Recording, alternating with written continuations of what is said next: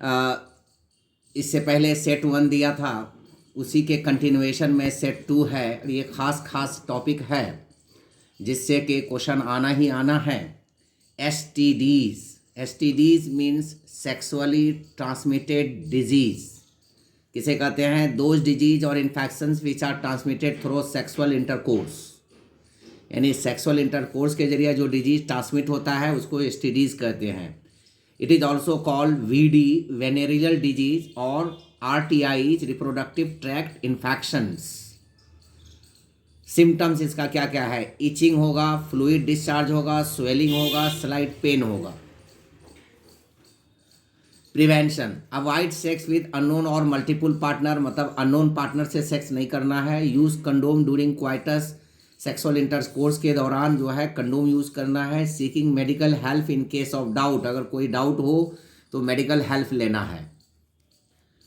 STDs are very high at, this question is very important, 15 to 24 years age group. इस age group में risk ज़्यादा होता है STDs का। एड्स और जेनाइटल हर्ब्स और hepatitis B are not curable STDs। ये तीनों STDs ऐसा है जो क्यूरेबल नहीं है, जिसका इलाज नहीं है। सिफिलिस और gonorrhoea are bacterial STDs and curable. ये सिफिलिस और गोनोरिया जो है ये बैक्टीरियल इन ओरिजिन है, यानी बैक्टीरिया के जरिए होता है और इसका इलाज है। एड्स और hepatitis B are STDs transmitted through blood and not affect reproductive organs, यानी ये जो है ब्लड से, ये भी बहुत इंपॉर्टेंट क्वेश्चन है, ये ब्लड से ट्रांसमिट होता है लेकिन रिप्रोडक्टिव ऑर्गन को ये अफेक्ट नहीं करता है, रिप्रोडक्टिव ऑर्गन को अफेक्ट नहीं करता है। सहेली ये एक कंट्रासेप्टिव पिल्स है, गोली है, गर्भ निरोधक गोली। वेल एक्सेप्टेड कंट्रासेप्टिव पिल्स, सहेली एक वेल एक्सेप्टेड कंट्रासेप्टिव पिल्स है। क्यों है? नॉन स्टीरॉयडल प्रिपरेशन है, very good important question reason. Once a week pill, यानी एक हफ्ते में एक ही लेना है। High contraceptive pill value, high contraceptive value है, वैल्यू भी लिख सकते हैं यहाँ पर, वैल्यू। और fewer side effect than other contraceptive pills, यानी दूसरे कंट्रासेप्टिव पिल्स के मुकाबले में इसका साइड इफेक्ट बहुत कम है। इसीलिए सहेली जो है ज़्यादा मोस्ट एक्सेप्टेड और वेल एक्सेप्टेड कंट्रासेप्टिव पिल्स है।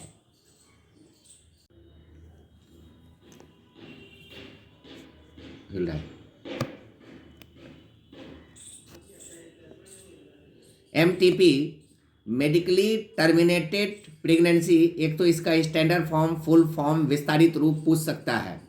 द इंटेंशनल और voluntary termination of pregnancy before full term under the care of medical practitioner, मतलब आप जानबूझ करके करेंगे तो इसी को MTP कहते हैं। Legalised by Indian government in 1971, ये क्वेश्चन भी इंपॉर्टेंट है 1 मार्क्स के लिए। 1971 में इसको लीगल करार दिया गया। It is perform to remove unwanted pregnancies in following cases, यानी अनवांटेड प्रेगनेंसीज को रिमूव करने के लिए ये मेथड किया जाता है। चाइल्ड हैविंग इनक्यूरेबल डिजीज, यानी जो चाइल्ड जो वॉम में डेवलप हो रहा है, अगर उसके अंदर कोई इनक्यूरेबल डिजीज है तो उसको हटाने के लिए। Pregnancy occurs due to unwanted events, unwanted events. Pregnancy occurs due to unprotected sexual intercourse. Continuation of pregnancy is harmful both for mother और फीटस, यानी जब लगातार प्रेगनेंसी या प्रेग्नेंट हो रही है तो उसको कंटिन्यू करने के लिए मदर को भी, बच्चे को भी नुकसान पहुंच सकता है, तो बीच में गैप देने के लिए MTP किया जा सकता है। It stands for medically terminated pregnancy, M capital, T capital, P capital होना चाहिए। Next technical term is amniocentesis.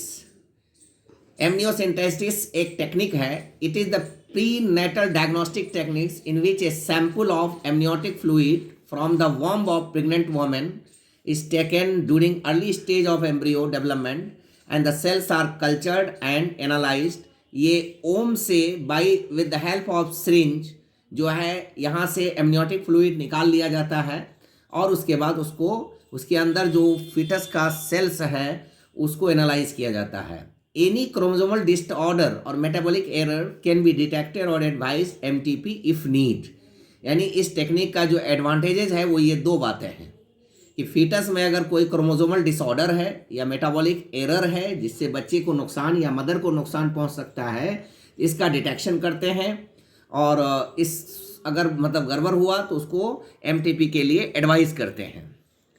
It is misused to determine sex of fetus followed by female infanticide, hence banned, BANNED, banned।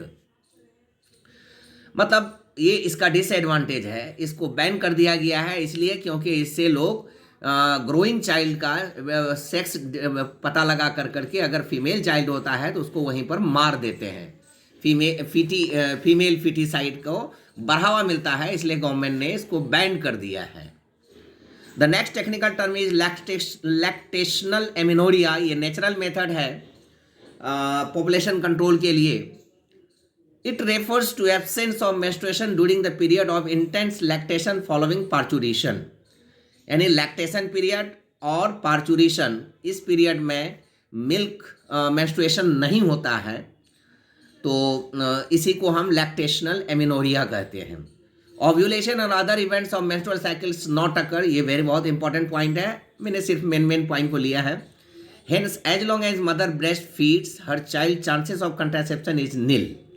मतलब जब तक mother जो है baby को breast feeding कराती है तो ज़्यादातर जो है चांस नेक्स्ट प्रेगनेंसी होने का कम हो जाता है। It is effective only maximum 6 months following parturition.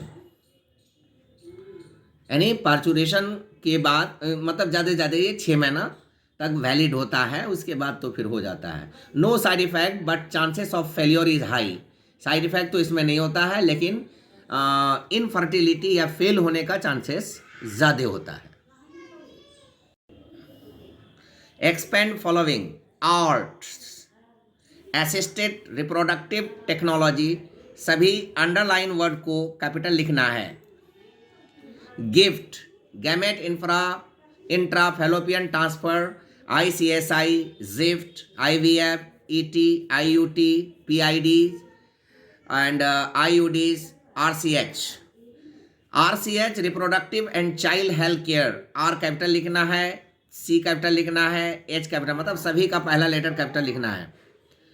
ये it is the new name of family planning programme initiated 1951। Family planning programme जो है 1951 में जो इनिशिएट हुआ था, उसी का दूसरा नाम न्यू नेम जो है RCH है। और ये सवाल भी बहुत इंपॉर्टेंट है, फैमिली प्लानिंग कब हुआ था। 6 वेनेरियल डिजीज यानी STDs। 6 venereal disease means STDs। Syphilis bacteria, gonorrhoea bacteria, genital herpes, SSV herpes simplex virus 1, herpes simplex virus 2, trichomoniasis protozoa, AIDS virus, chlamydia bacteria. ये इंपॉर्टेंट है और ऑब्जेक्टिव में भी इससे मदद आपको मिलेगी। Complications due to untreated STDs are, मतलब जब आप कोई STDs आप सफ़र कर गए, STDs अगर आपको हुआ और उसको आपने ट्रीट नहीं किया तो इससे क्या क्या परेशानी हो सकती है। Pelvic inflammatory disease, pelvic region फूल जाएगा, एबॉर्शंस होगा, स्टिल बर्थ देर से होगा, एक्टोपिक प्रेगनेंसी साइट्स छोड़ करके होगा, infertility and cancer of reproductive tract. Types of IUDs, intrauterine devices. There are 3 types: copper releasing IUDs, hormone releasing IUDs and non medicated IUDs। इसका मैंने एग्जाम्पल ले दिया है, इससे बहुत इंपॉर्टेंट क्वेश्चन पूछ सकता है। The copper release suppress sperms motility and thereby fertilising capacity, CU7 CUT ये एग्जाम्पल है। जो इससे जब कॉपर आयन रिलीज होता है तो वो कॉपर आयन क्या करता है, स्पर्म की मोटिलिटी को घटा देता है और इसलिए फर्टिलाइजिंग कैपेसिटी घट जाती है। Hormone releasing IUDs make the uterus unsuitable for implantation, make the cervix hostile to the sperms, यानी सर्विक्स को हॉस्टाइल बना देता है स्पर्म के लिए और इम्प्लांटेशन को रोक देता है। LNG20 प्रोजेस्टेटार्ट ये एग्जाम्पल है। Non medicated IUDs lips loop etcetera. Contraceptive pills, birth control pill taken orally is called oral contraceptive pills, OCP या OCV। Inhibits ovulation and implantation, ये दो काम करता है, इम्प्लांटेशन को रोकता है, ओव्यूलेशन को रोकता है।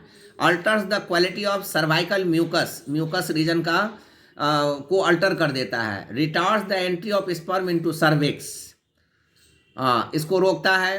कंटेन्स प्रोजेस्टेरॉन एंड एस्ट्रोजन, ये वेरी बहुत इंपॉर्टेंट है, चाहे तो दोनों होगा या कोई एक होगा। आइडियल कंट्रासेप्टिव शुड बी, ये भी सवाल बहुत इंपॉर्टेंट है।